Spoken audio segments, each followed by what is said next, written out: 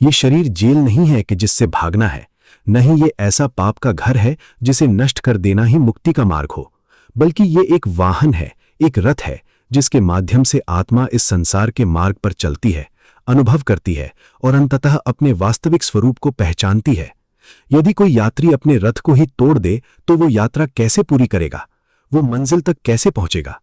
उसी प्रकार तुमने इस शरीर को ही तोड़ डाला और अब तुम्हारी साधना का आधार ही समाप्त हो गया। यही शंकराचार्य का पहला सूत्र है।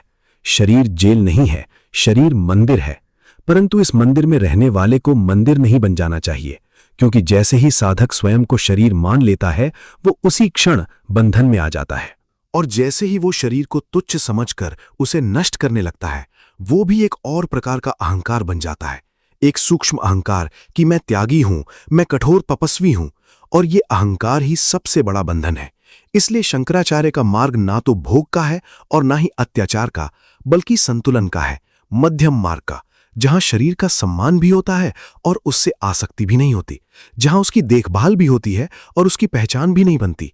शरीर को मारना उतना ही गलत है जितना शरीर का गुलाम बन जाना, क्योंकि दोनों ही स्थितियों में तुम शरीर के इर्द गिर्द ही घूम रहे हो।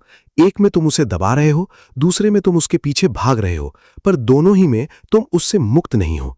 सत्य का मार्ग इन दोनों के बीच से होकर गुजरता है, जहां शरीर एक साधन बन जाता है, एक ऐसा माध्यम जिसे नकारा भी नहीं जाता और ना ही पूज्य बनाकर उससे चिपक जाया जाता है।